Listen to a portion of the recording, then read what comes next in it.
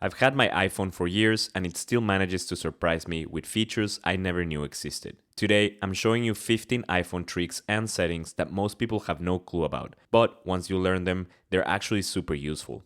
These aren't your typical beginner tips, we're talking useful, time-saving tricks that feel like hidden gems built right into your iPhone. Alright, let's kick things off.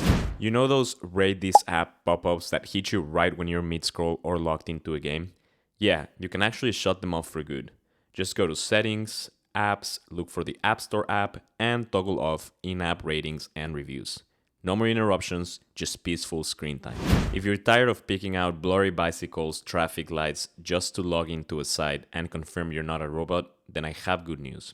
Your iPhone can actually skip most CAPTCHAs on its own.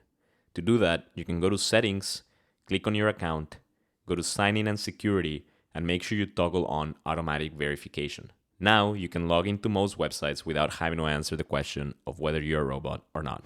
Ever try using your iPhone in bed and it still feels like staring into the sun, even on the lowest brightness? There's a hidden feature called Reduce White Point that helps dim your screen even further. You can access this feature by adding a new control to your control center. Open Control Center, press and hold to enter Edit mode, and then click Add Control at the bottom of the screen. Look for Reduce White Point and add the new control. Here's a comparison when you toggle the setting on and off.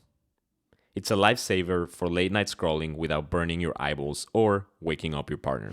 Switching between apps doesn't have to mean swiping up every time and looking for the app you need. You can actually just swipe left or right on the bottom edge of your screen to quickly bounce between your most recent apps.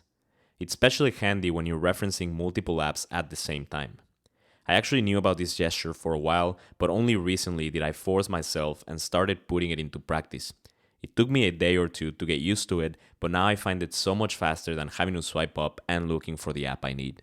If you've been doom scrolling for 10 minutes and suddenly want to get back to the top, instead of swiping multiple times, you can actually just tap near the top of the screen, right by the clock or the battery icon. This will take you right back to the top and actually works in most applications, even third-party apps. If you accidentally deleted something, you don't need to shake your phone like it's 2009 to trigger the undo action.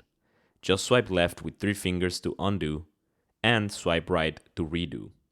It's faster, cleaner, and doesn't make you look like you're throwing your phone around in public. Similar to swiping on the bottom bar to move between apps, this gesture is something you have to force yourself to use for a day or two before you get used to it. But once you have it down, you'll be handling your phone a lot faster. Trying to move the cursor in a long message or paragraph can be a nightmare. Instead of jabbing at the screen to select the exact spot where you want your cursor at, you can actually hold down the spacebar, and your keyboard will turn into a mini trackpad. Here's a bonus. Use an other finger to tap, and you can actually start highlighting text while you're at it. It's a game changer for editing longer stuff on your phone. Cleaning out your inbox, deleting old notes, or getting rid of the last screenshots that you took? Forget tapping each item one by one. Just tap one of the items on the list with 2 fingers to start multi-selecting instantly. It feels like a secret productivity hack Apple never told us about and saves you from having to look for the edit button before you can select multiple items. If you see a Wi-Fi password on a sign or a quote in a book that you want to save, you can actually open the camera, point it at the text, and tap the live text icon. You can copy, paste, and even translate right from this image. It's like having a built-in scanner in your pocket. Super helpful when traveling or working on the go. When you're deep into a website and see a link you want to check out later, you have a few options to open the link. If you just tap on it with one finger, the link will open up in the same tab you're currently in. And this can be quite distracting. If you tap the link with 2 fingers, the link will actually open a new tab and Safari will automatically move you to that new tab. If you prefer for this new link to open in a new tab, but do so in the background so it doesn't distract you from what you're currently looking at, there is actually a setting to open links in background. To enable it, just go to Settings, Apps, look for Safari, and look for the Open Link setting. Switch it to In Background. Now, every time you click on a link with 2 fingers, it will open in a new tab without taking you away from what you're currently looking at. If you're someone who lives with 10 plus Safari tabs open, you'll love this one. Just swipe left or right on the address bar at the bottom to move between tabs. It's so much quicker than opening up the full tab view every single time. If you ever feel like the silence between songs on Spotify kind of kills the vibe, there's a simple fix. It's called crossfade, and it blends the end of one song into the start of the next, so your music flows without any awkward pauses. Here's how to turn it on. You can actually open Spotify, tap your profile icon on the top left, then go to Settings and Privacy, and select Playback. Scroll down to crossfade and drag the slider to your preferred time. 5 to 7 seconds is the sweet spot for most people. And yep, Apple Music has a crossfade setting too, so make sure you look for that by going into Settings, Music, Crossfade, and turning it on. It's a small tweak, but it makes your playlist sound way more polished. Did you know that your iPhone has actually a button on the back? Seriously, go to Settings, Accessibility, Touch, Back Tap, and you can set a double or triple tap to launch different things.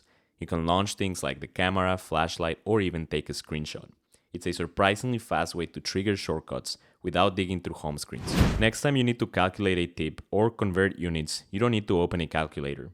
Just swipe down on the home screen, type in your math conversion, and Spotlight gives you the answer instantly. It's fast, clean, and already built into your phone. Reading an email, article, or web page you want to deal with later? Just say, "Hey Siri, remind me about this." Siri links the reminder directly to that app or page.